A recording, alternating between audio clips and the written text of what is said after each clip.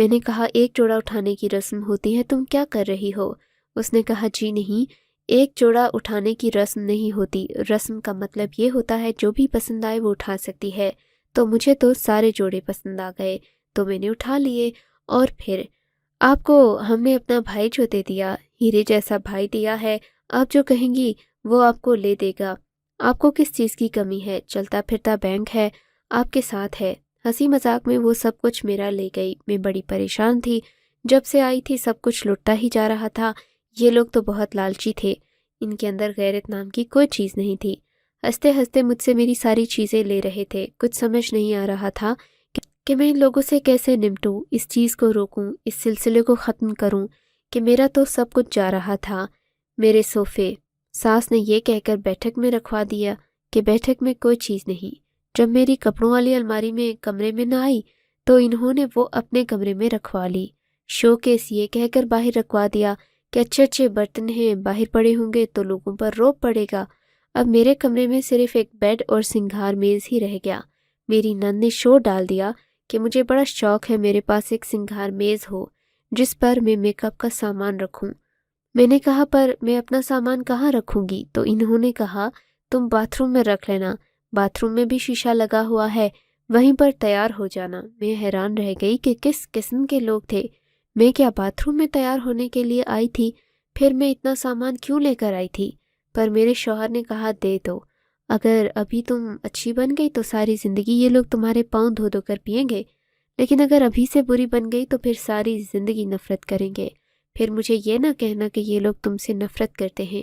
ایک سنگھار میز کی تو بات ہے، ارے میں دوسرا بنوا دوں گا۔ میں نے کہا پر یہ تو میرے ماں باپ نے بنایا ہے نا، اس میں ان کی دعائیں اور پیار ہے۔ اس نے کہا چیزوں میں تھوڑی نا دعائیں اور پیار ہوتا ہے، ان کی دعائیں اور پیار تمہارے ساتھ ہے، دے دو نہیں تو بہن ناراض ہو جائے گی، اور پھر یہ آج ہے کل نہیں ہے، اس کی منگنی ہو چکی ہے، اس کی شادی ہو جائے گی، یہ اپنے ساتھ پرانا سامان لے کر نہیں جائے گی، اسے نیا مل جائے گا اور تمہارا سامان یہیں پر رہ جائے گا۔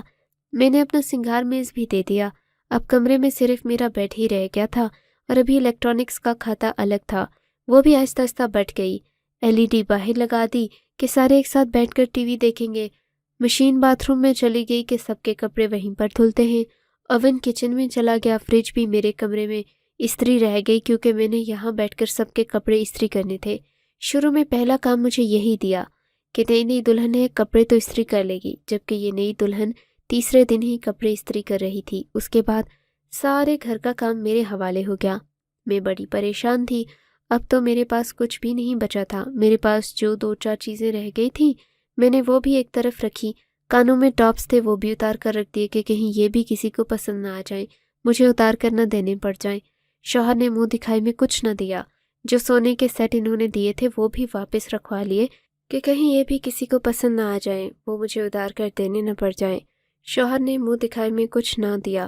جو سونے کے سیٹ انہوں نے دیے تھے وہ بھی واپس رکھوا لیے کہ ہمارے پاس محفوظ رہیں گے۔ میں کچھ بول نہیں رہی تھی۔ میرے ساتھ برے سے برا ہوتا چلا جا رہا تھا۔ 1 مہینے کے اندر میری ایسی حالت ہو گئی کہ میں بیان نہیں کر سکتی۔ سارا سامان مجھ سے چھین لیا گیا۔ گھر کے سارے کام میں کرتی، میرا شوہر مجھے باتیں سناتا، میری نند مجھ پر آوازیں کستی، تانے دیتی، میری ساس تو مجھے گالیاں دینے تک آ گئی۔ میں حیران تھی کہ آخر کس قسم کے لوگ تھے۔ میرے گھر والوں نے کیوں میری شادی یہاں کروا دی؟ میرے گھر والوں کا بھی کیا قصور تھا؟ میں ایک بہن تو نہیں تھی، ہم لوگ تو 7 بہنیں تھیں، میرا نمبر تیسرا تھا۔ بڑی مشکل سے ابھی تک ہماری 3 بہنوں کی شادی ہوئی تھی، ابھی بھی 4 رہتی تھیں، اب وہ چاروں ہی جوان ہو گئی تھیں۔ بھائی ہمارا کوئی نہیں تھا، بابا نے سامان بہت زیادہ دیا تھا، لیکن 3 بیٹیوں کی شادی کرنے کے بعد ان کی حیثیت بھی کم ہو گئی تھی کیونکہ ان کے بہت سارے پیسے خرچ ہو گئے تھے، اور پھر تینوں بیٹیوں کے گھر میں رکھ رکھاؤ بھی رکھنا پڑتا تھا۔ آتے تھے تو کوئی چیز لے کر آتے تھے۔ انہوں نے میرا حال دیکھا تھا پر وہ کیا بولتے۔ انہوں نے کہا اگر کوئی عورت 5 سال سر جھکا کر جی لے تو 50 سال سر اٹھا کر جیتی ہے۔ میں نے کہا 5 سال میں تو عورت مر جائے تو 50 سال کہاں سے آئیں گے؟ کل کس نے دیکھا ہے؟ میری زندگی برباد ہو رہی ہے۔ میں نے اپنی ماں سے یہ ساری باتیں کی پر میری ماں نے کہا کہ بیٹا سب کے ساتھ ہی ایسا ہوتا ہے۔ میرا شوہر مجھ پر غصہ کرتا، آج کل تو اس کا ہاتھ بھی اٹھ جاتا۔ کہتے ہیں ایک دفعہ مرد کا ہاتھ اٹھ جائے تو پھر کسی طرح نہیں رکتا۔ اب تو مجھ پر ہاتھ بھی اٹھاتا، چھوٹی سی بات ہو جائے تو منہ پر تھپڑ دے مارتا۔ میں بھی تھپڑ کھانے کی عادی ہو گئی تھی۔ پہلا تھپڑ پڑا تو بہت روئی، بہت تڑپی، دوسرے تھپڑ پر بھی افسوس ہوا، تیسرے پر بس بت بنے بیٹھی تھی اور اب عادت ہو گئی تھی۔ پتہ تھا غصہ کروں گی، کوئی بات کروں گی تو تھپڑ پڑے گا، تھپڑ بھی کھا لوں گی اور کھا بھی لیتی تھی۔ میرے بابا سے ایک اور غلطی ہو گئی۔ ایک دن وہ میرے گھر آئے، انہوں نے ذکر کر دیا کہ ہمارے گھر کی حالت بڑی خراب ہو گئی ہے، ہم لوگ یہ گھر بیچنے لگے ہیں، بیٹیوں کو ان کا حصہ دے کر خود کسی چھوٹے سے گھر میں جا کر رہ لیں گے، کیونکہ پھر ہم میاں بیوی ہی رہ جائیں گے۔ جب حصے کی بات آئی تو میرے سسرال والوں کی آنکھیں کھل گئیں، حصہ بھی مل جائے گا۔ میں نے بعد میں ابو کو کہہ دیا کہ ابو آپ کو یہ بات نہیں کرنی چاہیے تھی۔ انہوں نے کہا کیوں؟ کیا غلط کہہ دیا میں نے؟ تو اس لیے کہا تھا کہ ان کو پتہ ہو کہ تمہارے پیچھے ہم لوگ ہیں۔ میں نے کہا ان کو تو صرف یہی پتہ چلا کہ میرے پیچھے میرا حصہ بھی ہے، اب اس حصے کو لینے کے لیے کچھ بھی کریں گے۔ میرے بابا نے کہا کہ یہ لوگ اتنے برے ہیں، تو میں خاموش ہو گئی، کیونکہ میں نے اس سے پہلے ان کی برائیاں تو اپنے باپ کو نہیں بتائی ہوئی تھی۔ میں نے کہا ایسی بات نہیں ہے، لیکن حصے کے معاملے میں تو لوگ کچھ بھی کرتے ہیں نا۔ بابا نے کہا نہیں، کچھ نہیں کریں گے، اتنے برے لوگ نہیں ہیں بیٹا، سسرال تو کسی کا بھی اچھا نہیں ہوتا، شوہر اچھا ہونا چاہیے۔ شوہر تمہارے ساتھ ٹھیک ہے نا؟ کوئی مسئلہ ہے تو مجھے بتاؤ۔ میں بابا کو بتاتی تو وہ کیا کرتے؟ میرے بابا دل کے مریض تھے، ان کی شوگر ہائی رہتی تھی، بیٹیوں سے ان کا گھر بھرا ہوا تھا، میں انہیں بتا بھی دیتی تو کیا ہوتا، اس لیے خاموش ہو گئی اور انہیں کچھ نہیں بتایا۔ ایک دن میں اپنے شوہر کا فون دیکھ رہی تھی، حیران رہ گئی کسی لڑکی کے میسج سے۔ میں میسج پڑھتی جا رہی تھی اور میں خود شرم سے پانی پانی ہوتی جا رہی تھی۔ میرا شوہر کیسی کیسی باتیں کر رہا تھا لڑکیوں کے ساتھ، ایسا لگتا تھا ان کا رشتہ بہت آگے نکل چکا تھا۔ کاش میں نے یہ سب کچھ نہ پڑھا ہوتا، یہ سب میرے سامنے نہ آتا، میں انجان رہتی۔ یہ شخص مجھ سے، یہ شخص جس نے مجھے آج تک سکھ حاصل کرنے کی مشین سمجھا، جس نے میرا سب کچھ لے لیا، میرا سامان، میرے پیسے، میری انا، اور اب یہ سب کہ اس نے مجھے دھوکہ بھی دینا تھا۔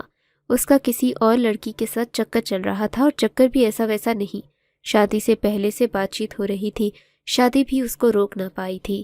اس نے بھی دیکھ لیا کہ موبائل میرے ہاتھ میں ہے۔ میں نے کہا کہ ایک یہی برائی نہیں تھی آپ کے اندر، سو آج یہ بھی سامنے آ گئی، اس لڑکی کے ساتھ آپ کا چکر چل رہا ہے، افیئر چلایا ہوا ہے آپ نے، جبکہ آپ کی بیوی میں ہوں۔ اس نے کہا تو تم کیا کرو گی؟ تم بیوی بننے کے قابل ہو؟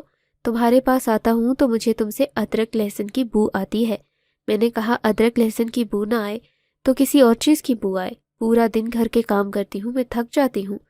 اس نے کہا پھر میرا گھر کے کام کرنے کے لیے ہی تو تمہیں لایا ہوں، تم گھر کے کام کرو، مجھے میرے معاملات دیکھ لینے دو۔ میں نے کہا کہ ایسا نہیں ہوگا، نکاح کیا ہے آپ نے میرے ساتھ، میاں بیوی کا رشتہ برابری کا ہوتا ہے۔ اس نے کہا اچھا برابری چاہیے تمہیں؟ میں نے کہا اس کا مطلب وہ برابری نہیں، اس کا مطلب یہ ہے کہ آپ مجھے انسان سمجھیں اور میں آپ کو انسان سمجھوں، جو ضرورتیں آپ کی ہیں وہ میری بھی ہیں۔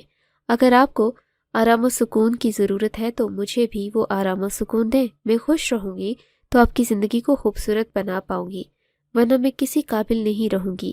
رات کو بستر پر سوتی ہوں تو ایسا لگتا ہے جیسے زندگی میں پہلی دفعہ نیند آئی ہے، کب آنکھ لگتی ہے کب کھلتی ہے کچھ پتہ نہیں چلتا، کام کر کر کے پاگل ہو گئی ہوں میں بولتی جا رہی تھی، میرا شوہر سنتا جا رہا تھا، مجھے لگا کوئی جواب دے گا، کوئی بات تو کرے گا، پر اس نے کوئی بات نہ کی، بس میرے منہ پر تھپڑ مار کر چلا گیا۔ میں نے بری طرح سے رونا شروع کر دیا۔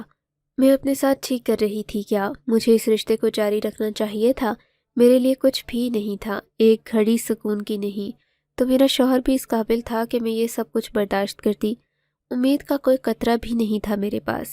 میرے شوہر میں بس یہی برائی تھی کہ وہ کسی لڑکی کی طرف دیکھتا بھی نہیں تھا، لیکن اب یہ بھی سامنے آ گئی تھی، اس نے تو باقاعدہ چکر چلا رکھا تھا۔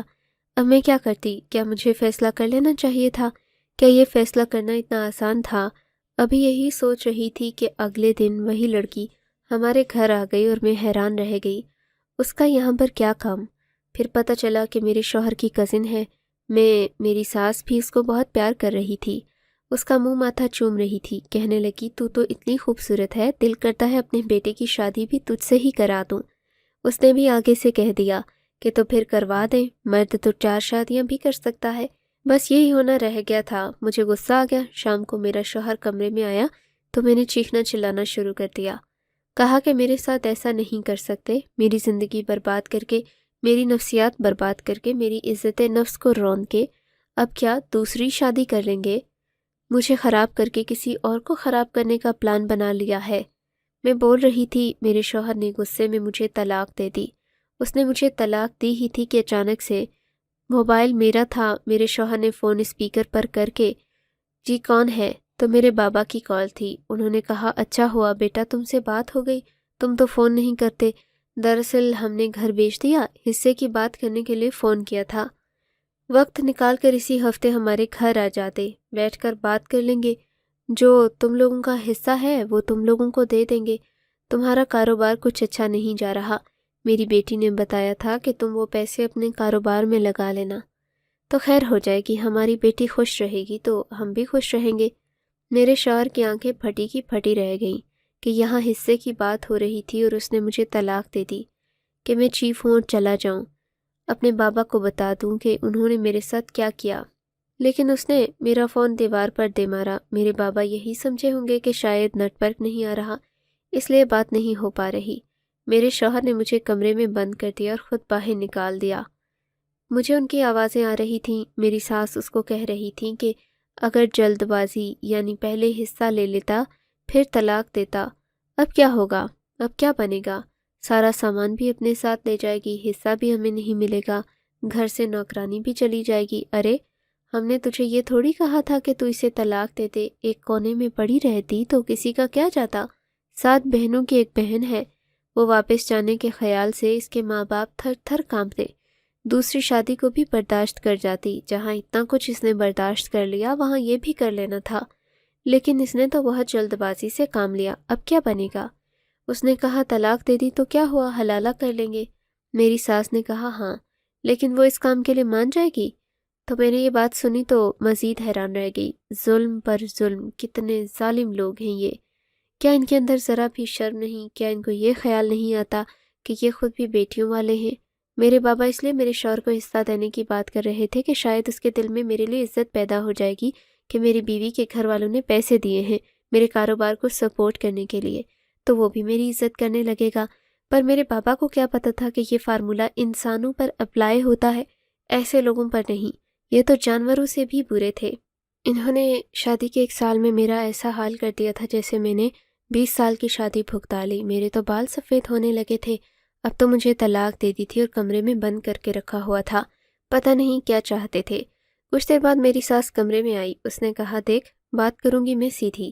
میرے بیٹے کو غصہ آ گیا تھا، تو بھی چلا رہی تھی، ہمیں تیری آواز آ رہی تھی، اس نے تجھے طلاق دے دی۔ لیکن طلاق ہو جاتی ہے، انسان غصے میں طلاق دیتا ہے، اس کا ایک طریقہ ہے جسے حلالہ کہتے ہیں۔ ہم تیرا حلالہ کروائیں گے، تو اسی گھر میں رہے گی، ہم اتنے برے نہیں ہیں کہ تیرا گھر برباد کر دیں۔ تیرے بوڑھے باپ کے دل پر کیا گزرے گی؟ اگر اسے پتہ چلا تجھے طلاق ہو گئی ہے تو تیری اور بہنیں ابھی بیٹھی ہیں، ان کے لیے بھی مشکل ہو جائے گی۔ وہ کہیں گے کہ بڑی بہن طلاق لے کر آ گئی تو تیسری بہن ہے، باقیوں کی شادی کے لیے بھی راستے بند ہو جائیں گے۔ اس لیے ہم جو کہیں گے تو چپ چاپ ہمارے ساتھ چل، یہاں پر ایک مزار ہے جہاں پر حلالہ ہوتا ہے، وہاں تجھے لے کر جائیں گے، تیرا حلالہ ہو جائے گا، اس کے بعد جیسے تو پہلے رہتی تھی ویسے ہی رہنا۔ جو تیرے باپ نے حصہ دینے کا وعدہ کیا ہے اس کو بھی شام کو فون کر کے کہہ دے کہ حصہ لینے کے لیے ہمیں 1 ہفتے بعد آئیں گے، تاکہ وہ یہ بھی نہ سمجھے کہ بڑے لالچی ہیں، فوراً ہی آ گئے، بس اس کے بعد سب خیر ہو جائے گی۔ میری ساس تو ایسے کہہ رہی تھی جیسے ان سے میرا کوئی گلاس ٹوٹ گیا ہے، وہ کہہ رہی ہیں کہ کوئی بات نہیں، تجھے نیا لے کر دے دیں گے۔ دل تو کیا کہ چلا چلا کر کہوں کہ تم لوگوں نے میری زندگی برباد کر دی ہے، تمہارے بیٹے نے مجھے طلاق دے دی، اب دوبارہ مجھے اپنے چنگل میں پھنسانا چاہتا ہے۔ میں یہ حلالہ نہیں کروانا چاہتی تھی، پر میں کچھ بول بھی نہیں پا رہی تھی۔ انہوں نے مجھ سے میرا فون بھی لے لیا، زبردستی مجھ سے میرے بابا کو یہ بھی کہلوا دیا کہ سب کچھ ٹھیک ہے، 1 ہفتے بعد ہم لوگ آئیں گے، ابھی ہمارے گھر میں مہمان آئے ہوئے ہیں۔ اگلے دن میں ہی میری ساس اور میرا شوہر مجھے مزار پر لے کر جا رہے تھے۔ میں یہ سب کچھ نہیں کرنا چاہتی تھی، یہ تو میرے لیے بہت بڑی سزا تھی۔ میرے شوہر نے مجھے طلاق دے دی تو شاید قسمت کی طرف سے اشارہ تھا کہ میری جان چھوٹنے والی تھی، لیکن یہ لوگ مجھے پھر سے لے کر جا رہے تھے۔ میرے پاس فون بھی نہیں تھا، میں کسی سے مدد لینا چاہتی تھی، چیخنا چلانا چاہتی تھی، سب کو بتانا چاہتی تھی کہ یہ لوگ کتنے برے ہیں۔ پہلے ہم لوگ لائن میں لگے رہے، اس کے بعد ہمیں آستانے کے اندر لے گئے۔ آستانے کے اندر قدم رکھا تو آنکھیں کھلی کی کھلی رہ گئیں۔ انہوں نے تو کہا تھا کہ یہاں پر حلالہ ہوتا ہے۔ ظاہر ہے حلالہ ایک ہی آدمی سے ہوتا ہے، لیکن اس کمرے کے اندر پورے 30 لوگ کھڑے تھے، پر یہ لوگ کوئی عام لوگ نہیں تھے۔ جب میں نے دیکھا تو ان کے پاس تو ہتھیار بھی تھے۔ میں حیران رہ گئی۔ انہوں نے اس پیر بابا کو پکڑ لیا۔ شاید یہ لوگ پولیس والے تھے۔ بابا یہاں پر ڈھونگ رچا رہا تھا، اس لیے اسے پکڑ لیا گیا۔ ہمیں کہا کہ تم لوگ باہر جاؤ، یہاں پر چھاپا پڑ گیا ہے، اب یہاں پر کوئی پیر بابا نہیں۔ ان کے بڑے، میں نے کہا کہ مجھے مدد چاہیے، پلیز میری بات سنیں، مجھے لوگوں سے بچا لیں۔ میں نے بھی چیخنا چلانا شروع کر دیا۔ یہ تو وہی بات ہو گئی کہ جب انسان کی موت قریب آ جاتی ہے تو وہ بہادر ہو جاتا ہے۔ ایس ایچ او نے میری بات سنی۔ اس نے کہا کیا بات ہے بی بی، کیا مسئلہ ہے؟ میں نے کہا کہ بس مجھے میرے گھر تک پہنچا دے، میں ان لوگوں کو نہیں جانتی کہ یہ کون ہے، پتہ نہیں یہ کون ہے۔ میں نے ایسا ہی کہہ دیا۔ میری ساس بھی حیران رہ گئی، میرے شوہر بھی، میرے بھی منہ میں زبان تھی۔ انہوں نے کہا یہ ہمارے گھر کی بہو ہے، ہمیں چھوڑیے، یہ میری بیوی ہے۔ میں نے کہا میں اس کی بیوی نہیں، اس نے مجھے طلاق دے دی اور یہ مجھے یہاں حلالہ کروانے کے لیے لایا تھا، لیکن میں اس کے ساتھ نہیں رہنا چاہتی، میں ان کے ساتھ نہیں جانا چاہتی، مجھے مدد کی ضرورت ہے۔ ایس ایچ او نے کہا ٹھیک ہے۔ اس نے لیڈی کانسٹیبل کو کہا کہ آپ انہیں اپنے ساتھ بٹھا لیں، ان کو ان کے گھر چھوڑتے جائیں۔ راستے میں انہوں نے مجھے کہا کہ کوئی قانونی کارروائی کرنی ہے۔ میں نے کہا نہیں، بس مجھے میرے گھر چھوڑ دیں۔ میں نے اپنے بابا کو سب کچھ بتا دیا۔ میرے بابا بھی حیران رہ گئے کہ وہ تو میرے شوہر کو حصے کی مد میں پورے 40 لاکھ روپے دینے والے تھے۔ شکر ہے ان کے پیسے بچ گئے۔ میں نے اپنے شوہر پر کیس کروا دیا۔ خاندانی کورٹ میں میرا کیس ڈگری ہو گیا، یعنی میں اپنا سامان واپس لے سکتی تھی۔ میں نے اپنا سامان کی ایک ایک چمچ ان سے واپس لے لی۔ پورے محلے میں ان کی جگ ہسائی ہوئی، میری جان بھی چھوٹ گئی۔ پیر بابا تو ویسے ہی پکڑا گیا جب وہاں پر عورتوں کے ساتھ غلط کاریاں کرتا تھا۔ اس پر بھی بہت عجیب سا ماحول بنا رکھا تھا، نہ جانے اس مزار پر کیسی کیسی حرکتیں ہوتی تھیں۔ لیکن میری قسمت اچھی تھی، جس دن اس کا قصہ ختم ہونا تھا اس دن میری زندگی میں سکون آ گیا۔ اگر میں پولیس والوں کے سامنے زبان نہ کھولتی، یہ نہ کہتی کہ مجھے مدد کی ضرورت ہے، تو میری زندگی مزید برباد ہو جاتی۔ یہاں سے نہ صحیح تو کہیں اور سے یہ سب ہو جاتا، پھر میں پھنس جاتی۔ لیکن شکر ہے میں نے عقل کا استعمال کیا اور اپنی جان بچا لی۔ پر ایسے لوگوں کے لیے یہی کہنا چاہتی ہوں کہ یہ انسان نہیں، درندوں سے بھی برے ہیں، جو کسی کی بیٹی کو لے کر آتے ہیں پھر اس کے ساتھ اس طرح کا سلوک کرتے ہیں۔ ایسے لوگوں سے بچ کر رہیں، اپنی بیٹیوں کو ایسے لوگوں کے حوالے نہ کریں۔ جہاں بھی بیٹی کی شادی کریں اس کی خبر رکھیں، فون کریں، پوچھیں کہ وہ کیسی ہے، اس کے ساتھ اس کے گھر والے چلے جائیں تاکہ پتہ چل سکے کہ وہ اچھے حال میں ہے۔ بیٹیاں جب اپنے ہی گھر سے رخصت ہوتی ہیں تو کسی کا گھر بسانے کے لیے ہی نکلتی ہیں، ان کے ساتھ ایسا نہیں ہونا چاہیے۔ آپ کو اگر یہ کہانی اچھی لگی ہے تو اس ویڈیو کو لائک کیجیے اور اس طرح کی مزید کہانیاں سننے کے لیے ہمارے چینل کو ضرور سبسکرائب کیجیے۔ کہانی سننے کا شکریہ۔ آپ سے ملاقات ہوگی اگلی ویڈیو میں، تب تک کے لیے اللہ حافظ۔